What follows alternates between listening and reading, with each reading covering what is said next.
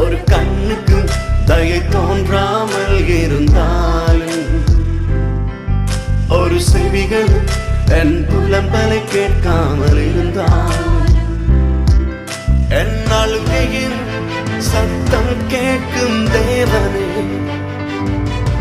என் நிலைமைகள் நன்றாக தெரியும் இயேசுவே. என் அழுகையின் சத்தம் கேட்கும் தேவனே, என் நிலைமைகள் நன்றாக தெரியும் இயேசுவே. நீர் என்னை கைவிட மாட்டீர், புறக்கணிக்க மாட்டீர். கஷ்ட நாட்கள்